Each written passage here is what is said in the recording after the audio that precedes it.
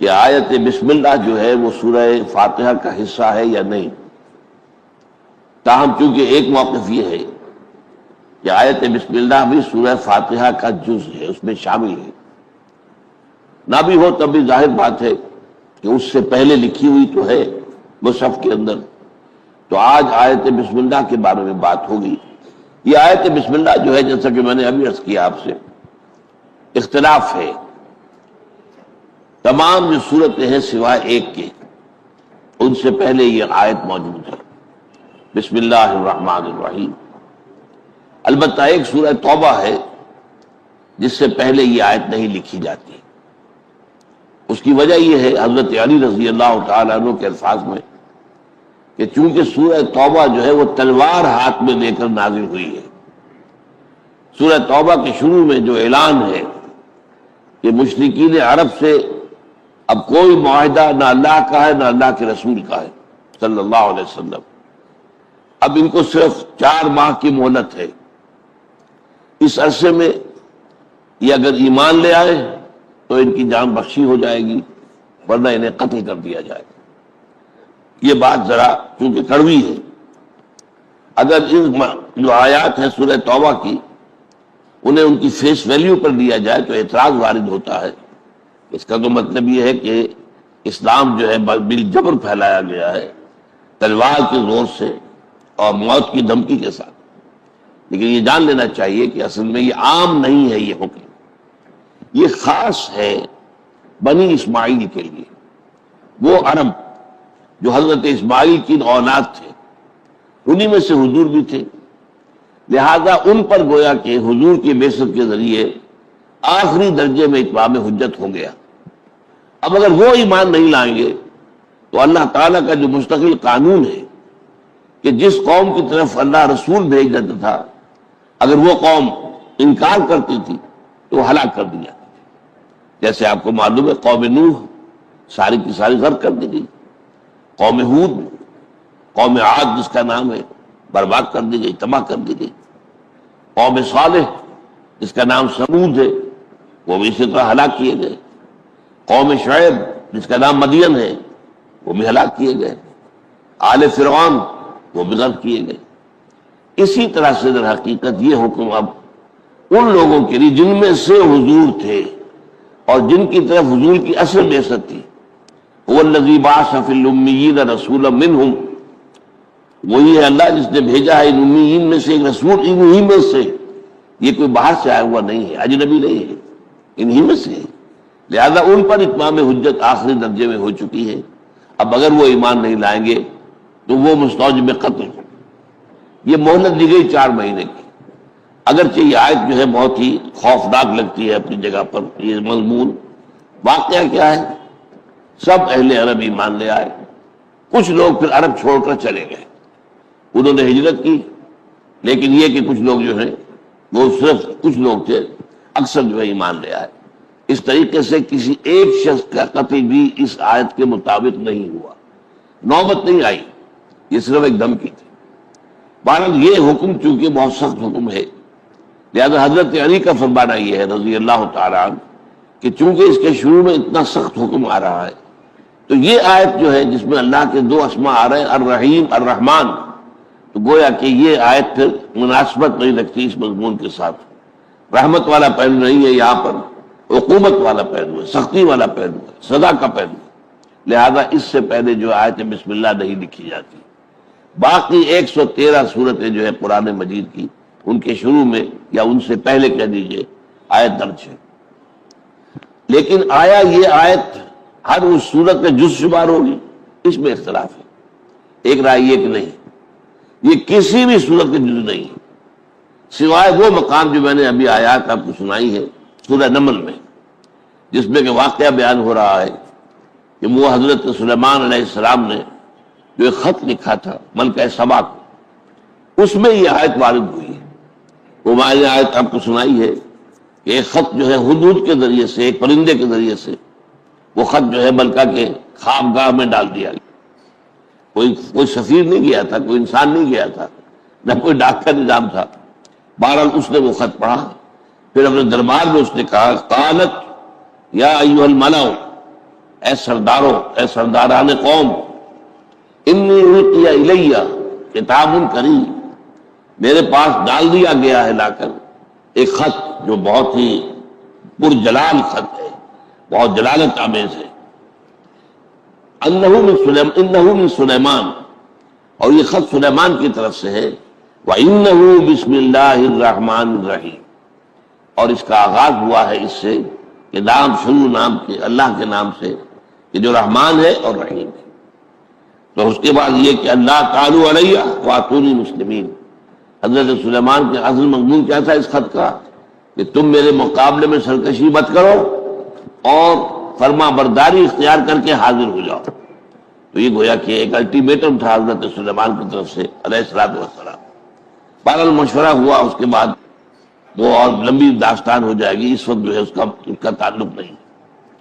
تو یہ جو آیت ہے جیسا کہ میں نے عرض کیا، ایک رائے یہ ہے کہ ہر صورت کے ساتھ یہ جو ہے اس کا جز ہے، ایک یہ کہ نہیں قطعاً نہیں، یہ صرف بطور علامت لکھی گئی ہے، علامت کے طور پر کہ یہاں ایک صورت ختم ہو گئی دوسری شروع ہو رہی ہے۔ اب اس سے آپ سمجھ لیجئے کہ ایک بات اور حل ہو جاتی ہے کہ قرآن مجید کی کل آیات کی تعداد کے بارے میں اختلاف ہے۔ اب پہلا اختلاف تو اسی سے ہو جائے گا، اگر تو اس آیت بسم اللہ کو کاؤنٹ کریں تو 113 جو ہے وہ بڑھ جائے گا عدد، اگر نہیں کریں گے تو 113 کم ہو جائے گا۔ لیکن یہ کہ بہرحال یہ ایک علمی مسئلہ ہے جو قراء کے مابین ہے، جو ماہرین قراءت ہیں قرآن مجید کے، ان کے مابین اختلاف ہے۔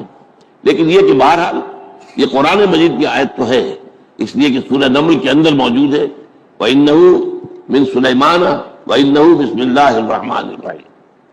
اب آئیے اس پر ہم غور کرتے ہیں اس آیت کے اندر بسم اللہ الرحمن الرحیم، اس سے پہلے جو ہے ایک فعل امر محذوف مانا جاتا ہے، جو کہا جاتا ہے ایک خبر کے انداز میں کہ میں اشرع بسم اللہ الرحمن الرحیم، میں شروع کرتا ہوں اللہ کے نام سے جو رحمان اور رحیم ہے۔ چنانچہ یہ آپ کو معلوم ہے کہ یہ ہماری تہذیب کا ایک جز بن گیا ہے، کوئی بھی کام ہو، اچھا کام جو بھی کر رہے ہو تو بسم اللہ الرحمن الرحیم اس سے اس کا آغاز ہوتا ہے۔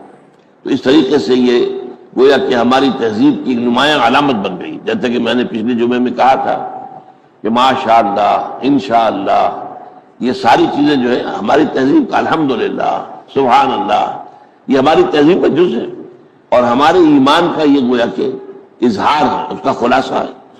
تو جو کام بھی آدمی کرے شروع، وہ کھانا کھانے میں بیٹھا ہے بسم اللہ پڑھے، کوئی اور اچھا کام کرنے لگا ہے بسم اللہ الرحمن الرحیم پڑھے، تو یہ گویا کہ اللہ کے نام سے یہ اسم کا لفظ جو ہے اگر علیحدہ لکھا جائے گا تو اسم لکھا جائے گا۔ اسمہ احمد سورہ صف میں ہے، یہ وہ جن کی خبر دی تھی حضرت عیسیٰ علیہ السلام نے کہ میرے بعد ایک رسول آئیں گے اسمہ احمد، جن کا اسم گرامی احمد ہوگا، تو علیحدہ لکھا جائے گا تو اسم الف اس کے پہلے جو ہے وہ بولا جائے گا، لیکن یہ کہ یہ اصل میں اضافی ہے، یا جب بے جب شامل ہوئی تو الف نکل گیا، بسم اللہ، بے اسم اللہ نہیں ہے، بسم اللہ، بے اور سین جو ہے جڑے ہوئے، بسم اللہ الرحمن الرحیم۔ اب اصل جو مضمون ہے اس آیت مبارکہ کا وہ یہ ہے کہ اس میں اللہ تعالیٰ کے 3 اسماء آ رہے ہیں۔ آج ہمیں ساری گفتگو انہی کے بارے میں کرتے ہیں۔ سب سے پہلا اللہ، پہلی بات تو یہ جو لفظ ہے سب سے زیادہ عام ہے اللہ کے لیے، قرآن مجید میں بھی، ہماری بول چال میں بھی، اس لیے ایک رائے یہ ہے کہ یہ اللہ تعالیٰ کا اسم ذات ہے، اللہ کا اسم ذات ہے۔ لیکن ایک رائے یہ ہے کہ اللہ کا اسم ذات کوئی نہیں ہے، اللہ کے تمام اسماء جو ہے وہ صفاتی ہے، جیسے رحیم، رحم کرنے والا، یہ نکرہ ہے، اس کے آخر میں تنوین آ رہی، رحیم، الرحیم، یہ نام ہو گیا اللہ کا، الف لام جب جس میں جڑ گیا تو اب خاص ہو گیا اللہ تعالیٰ کے لیے الرحیم، رحمان۔ لیکن یہ کہ الرحمن، اسی طریقے سے ہر معاملہ، العزیز، عزیز، عزیز ذو انتقام، اللہ تعالیٰ بہت زبردست ہے، انتقام لینے والا ہے۔ ہونے لگتی ہے۔ شیطان ایسے گھروں میں خوشی سے بسیرا کرتا ہے جہاں زبان ناشکری بولے اور دل شکر کرنا بھول جائے۔ وہ جانتا ہے کہ جہاں شکر نہیں وہاں سجدے بھی بے نور ہو جاتے ہیں، جہاں شکایت ہو وہاں دعا بھی دروازہ نہیں کھولتی۔ وہ ہر دل میں یہ احساس ڈالتا ہے کہ تم محروم ہو، اور انسان اپنی موجودہ نعمتوں کو بھول کر خالی پن میں الجھتا چلا جاتا ہے۔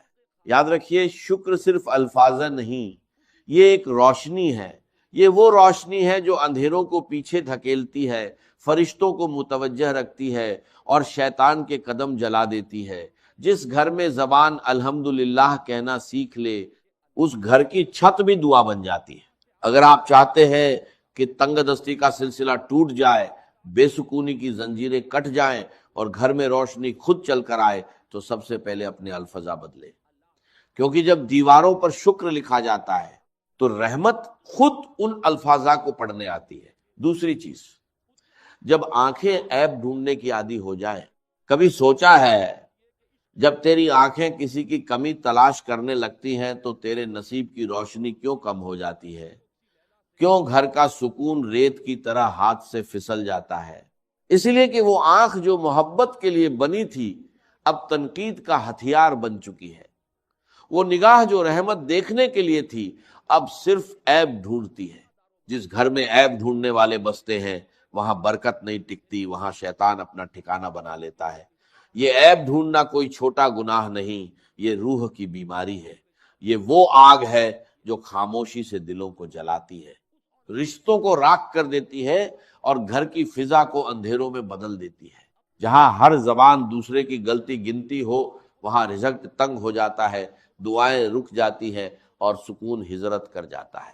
شیطان جانتا ہے کہ محبت والے گھر اس کے دشمن ہیں، اس لیے وہ نگاہوں میں زہر گھول دیتا ہے، دلوں کے بیچ دیواریں کھڑی کر دیتا ہے۔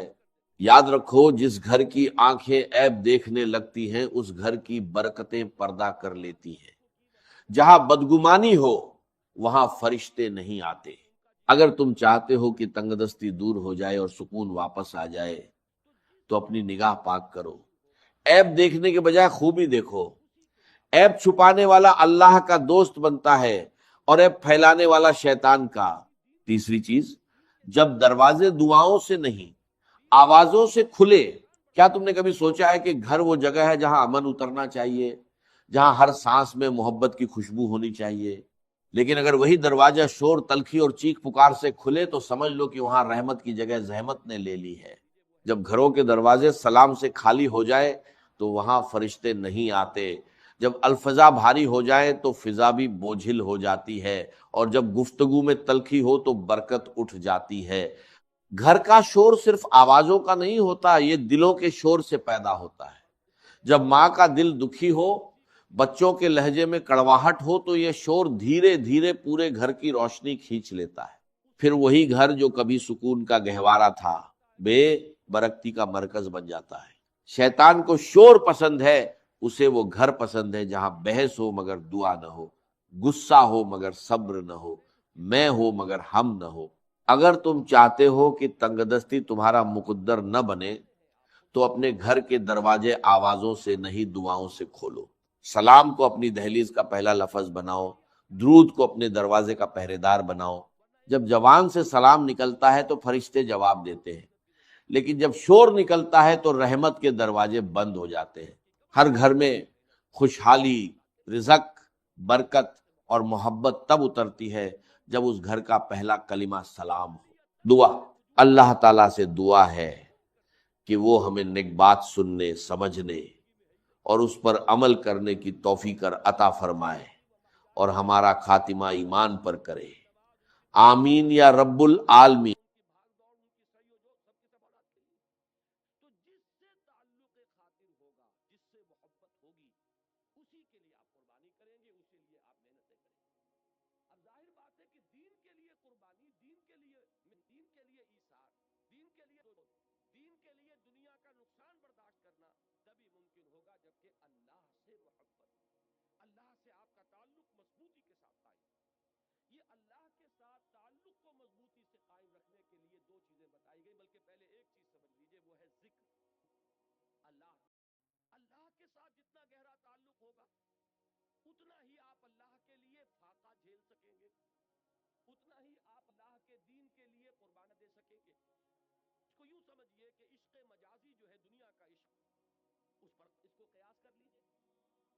کو کسی مجنوں کو کسی لیلا سے جس درجے کا عشق ہوگا اسی درجے کی قربانیاں وہ دے گا، اسی درجے کی مشکلات جھیلے گا، اسی درجے میں ہوتا ہے کہ وہ شیریں بات کا قصہ ہے، وہ انسان جو ہے اپنی جان کو قربان کر دے گا، اس لیے کہ عشق پر سارا دار و مدار ہے۔ جس سے قلبی لگاؤ ہے اس کے لیے آپ مصائب جھیلیں گے، جس سے محبت ہے اس کے لیے تکلیفیں برداشت کریں۔ ہمارے ہاں کتنے ہیں، آپ خود اپنے گریبانوں میں جھانکیے، اپنے سینے پر ہاتھ رکھیے، آپ کو اولاد سے محبت ہے، اس اولاد کے لیے آپ کیا کچھ نہیں کرتے، کتنے پاپڑ نہیں بیچتے، ورنہ ایک آدمی کو اپنے 2 وقت کی روٹی کے لیے کتنی محنت کی ضرورت ہے، وہ ساری محنت مشقت جو کر رہا ہے صبح سے لے کر شام تک کی کمر توڑ دینے والی محنت کس کے لیے کر رہا ہے؟ اولاد کے لیے کر رہا ہے، اس لیے کہ اولاد سے محبت ہے۔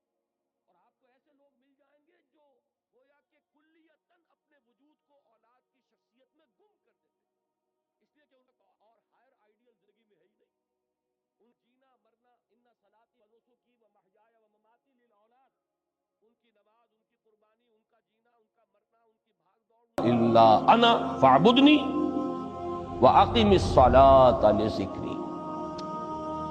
یہ گویا کہ حکمت قرآنی کا ایک بہت بڑا خزانہ ہے یہ آیت مبارکہ، کہ خود حضرت موسیٰ علیہ السلام کو جو ہدایت دی جا رہی ہے، میں ہوں، میں اللہ، اننی انا اللہ لا الہ الا انا، میرے سوا کوئی معبود نہیں، فاعبدنی، بس میری بندگی، میری عبادت، میری پرستش، میری محبت، اس کو اختیار کرو۔ وَأَقِمِ الصَّلَاةَ لِذِكْرِي، اور نماز کو قائم رکھو میری یاد کے لیے۔ بلکہ اسی سلسلہ کلام میں آگے چل کر سورہ طٰہٰ میں آتا ہے، کافی گفت و شنید کے بعد جب حضرت موسیٰ نے کچھ معذرت بھی کی، کچھ دعائیں بھی کی، اللہ نے ایک دعا قبول بھی کی کہ ان کے بھائی کو بھی شریک کر دیا، حضرت ہارون کو بھی۔ اس کے بعد پھر جب فرمایا کہ اب جاؤ فرعون کی طرف، تو اس میں فرمایا وَلَا تَنِيَا فِي ذِكْرِي، اور دیکھنا یہ جو عظیم مشن تمہارے کندھے پر آ گیا ہے، بڑا بھاری اور کٹھن ایک فرض ہے جو تم پر عائد ہو گیا ہے، اس کے لیے سب سے بڑی تمہارے پاس جو قوت کا ذریعہ ہے وہ نماز ہے۔ اقیم فلا تنیا عن ذکری، میری یاد میں کبھی غفلت نہ کرنا، اس میں کبھی کوئی کمی نہ آنے دینا۔ جیسا کہ میں نے عرض کیا تھا کہ جیسے ہی وہ تعلق جو ہے کمزور پڑتا ہے یا منقطع ہو جائے معاذ اللہ، تو پھر انسان گویا کہ شیطان کے لیے ایک لقمہ تر بن جاتا ہے۔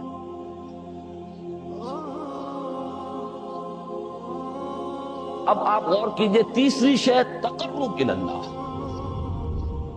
اس کے حوالے سے بھی جو فرائض اور نوافل کی بات ہے اس کو اس وقت ذہن سے نکال کر یہ سمجھیے کہ اس میں نماز کا کیا مقام ہے، اس لیے کہ نماز فرض بھی ہے، نماز نفل بھی ہے، وہ تو ان دونوں میں شریک ہو جائے۔ اب اس کو لفظ صلاۃ کے حوالے سے آپ ان دونوں چیزوں کو سمجھیے۔ صاد لام واو یا یہ چونکہ حروف علت ایک دوسرے سے بدلتے رہتے ہیں، یہ جو مادہ ہے اس کی جو خالص لغوی اصل ہے، جو خالص عربی زبان میں اس کا بنیادی مفہوم ہے، وہ آگ جلانا یا آگ تاپنا یا آگ سینکنا، حرارت حاصل کرنا۔ لہذا بار بار آتا ہے جہنم کے ذکر میں، اسلوہا، اب جلو اس میں، تاپو اس کو، یہ سینکے گی تمہیں۔ بلکہ تفتلون کا لفظ آیا ہے حضرت موسیٰ کے کلام میں، جب وہ گئے تھے کوہ طور پر، جب پہنچ گئے تو تھے آگ تک کی تلاش میں، لعلکم تفتلون، تو اپنے اہل خانہ سے یہی کہا تھا کہ مجھے کہیں وہ روشنی نظر آ رہی ہے، غالباً کوئی وہاں سے آگ مل سکے گی، ورنہ یہ کہ کوئی رہنمائی کو رستہ مجھے مل سکے گا، میں وہ آگ لے آؤں گا، کوئی چنگاری وہاں سے لے آؤں، لعلکم تفتلون، تاکہ تم، اب یہ اصطلاح در حقیقت باب افتعال ہے، اور یہ تے یہاں پر توئے کی شکل اختیار کر گئی، تا نے توبن کی صورت اختیار کی سواد کی وجہ سے۔ بہرحال اس کا سب سے بنیادی مفہوم جو ہے وہ ہے تاپنا، سکائی حاصل کرنا، حرارت۔ اس کے حوالے سے سمجھ لیجئے کہ سب سے بنیادی تعلق اس کا جو ہے وہ روح کے ساتھ ہے۔ روح میں محبت خداوندی کی آگ اگر ٹھنڈی پڑ گئی ہو، اگر محبت خداوندی کی حرارت میں کمی ہو گئی ہو، تو اس کو اثر نو، جس کو کہ میں آج سوچ رہا تھا تو ایک لفظ ذہن میں آیا کہ جیسے بیٹری اس کو ریچارج کیا جاتا ہے، اسی طریقے سے روح کے اندر محبت خداوندی کی اس حرارت کو اثر نو تازہ کرنا، یہ ہے در حقیقت نماز کا اصل مقصد۔ اس لیے کہ اس لفظ کا بنیادی مفہوم، اصل لغوی مفہوم تو یہ، اگرچہ اس کا سب سے زیادہ کثرت سے جو استعمال ہوتا ہے، اور لفظ صلاۃ جس سے در حقیقت جس تصور پر مبنی ہے وہ ہے اقدام، کسی کی طرف متوجہ ہونا اور پھر دعا۔ صلاۃ کا سب سے قریبی مفہوم لفظی جب بیان کیا جائے گا، اس سے مراد، اس کے معنی، تو دعا اس میں اہم ترین، کسی کی طرف توجہ کرنا، مناجات کرنا، گفتگو کرنا، مخاطبہ، مکالمہ، دعا، یہ در حقیقت صلاۃ کا سب سے بڑا اصطلاحی مفہوم ہے۔ لیکن جو اس کا مادہ ہے، صاد لام واو یا صاد لام یا، اس کا اصل مفہوم جو ہے وہ تاپنا، حرارت حاصل کرنا۔ تو ان دونوں کے حوالے سے عرض کر رہا ہوں، وہ تاپنا اور حرارت حاصل کرنا وہ ہے روح کے اعتبار سے۔ وہ جو کہا اقبال نے کہ بجھی عشق کی آگ اندھیر ہے، مسلمان نہیں راہ کا ڈھیر ہے۔ یہ عشق کی آگ جب بجھ جاتی ہے، در حقیقت یہی تو انسان کی روحانی موت ہے۔ یہ اب یہ نہ رہے تو چاہے منطق میں بہت انسان ماہر ہو، مجھے اقبال کا ایک شعر یاد آیا تقابل کرتے ہوئے، ایک انسان محکوم اور ایک انسان حر، آزاد انسان، ان کی نفسیات میں جو بنیادی فرق علامہ اقبال نے مختلف مواقع پر بیان کیے ہیں۔ محکوم ہے بیگانہ اخلاص و مروت، ہر چند کے منطق کی دلیلوں میں ہے چالاک۔ تو منطق کی دلیلوں میں انسان چالاک ہو جائے اور وہ لغت ہائے حجازی کا وہ ایک خزانہ بن جائے، اسے تمام الفاظ کے معنی یاد ہو، وہ بڑے مسائل فقہ کے اسے ازبر ہو، جزیات، بے انتہا جزیات جو ہیں وہ مستحضر ہو، فلسفے کے بڑے بڑے مسئلے اس نے حل کر لیے ہوں، لیکن اگر روح میں وہ اللہ کی محبت کی آگ نہیں ہے، وہ تپش نہیں، بجھی عشق کی آگ اندھیر ہے، مسلمان نہیں راہ کا ڈھیر۔ اسی کے حوالے سے آج مجھے یاد آیا تھا کہ وہ جو بڑی سادہ سی ایک نظم ہے، اللہ تعالیٰ سے دعا، یا رب دل مسلم کو وہ زندہ تمنا دے، اس میں بھی جو الفاظ آئے ہیں جو روح کو گرما دے اور قلب کو تڑپا دے، یہ ہے اصل جو مقصود ہے نماز۔ اور یہی وہ چیز ہے جیسا کہ میں نے عرض کیا تھا کہ نگاہوں سے اوجھل، یہ پہلو سامنے ہے ہی نہیں، دوسرا پہلو سامنے ہے، اور وہ بھی میرے نزدیک بہت اہم ہے، بہت بنیادی ہے، اس میں کوئی شک نہیں، لیکن یہ ہے بلند ترین منزل کہ تقرب الی اللہ، اس کے لیے در حقیقت یہ کس لیے درکار ہے؟ روح کے اندر عشق کی حرارت اور گرمی تازہ ہو۔ بسا اوقات یہ اندر دب جاتی ہے، جیسے انگارہ ہوتا ہے آگ کا، اس کے اوپر خاک اور راکھ آ جاتی ہے، اندر کچھ ہوتی ہے، آگ دبی ہوئی سمجھ، آگ بجھی ہوئی نہ جان، اس دبی ہوئی آگ کو پھر ایک شعلہ بنانا، پھر اس کے اندر ایک حیات تازہ پیدا کرنا، یہ ہے نماز کا اہم ترین اور بلند ترین مقصد۔ لیکن اس کے ساتھ ہی اس نماز میں ذکر ہونا، اس کا یہ ذکر ہے، اور ذکر کی جب میں فہرست بیان کیا کرتا ہوں، بہت سے حضرات کے سامنے ہوگا کہ ذکر کا در حقیقت مفہوم ہے استحضار اللہ فی القلب۔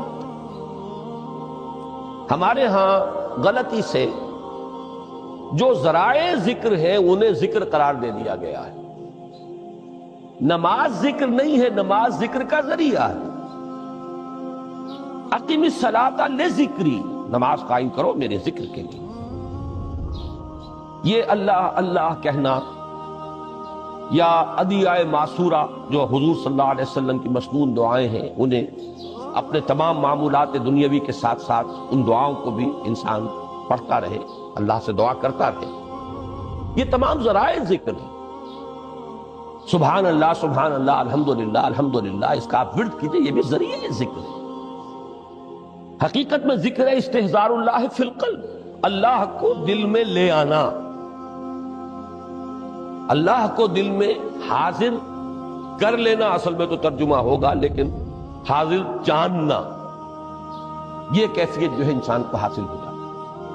اب اس کے حوالے سے ذرا بات سمجھیے کہ ایک تو میں عرض کر چکا ہوں مجسم ذکر تو قرآن ہے، لہذا ذکر کی فہرست جب آپ کریں گے ذرائع ذکر تو ان میں سب سے پہلے قرآن آئے، اس لیے کہ وہ ہماری حکمت کے پہلے مسئلے کو حل کر رہا ہے، بنیادی مسئلہ، اہم ترین مسئلہ. دوسرے نمبر پر ذکر جو ہے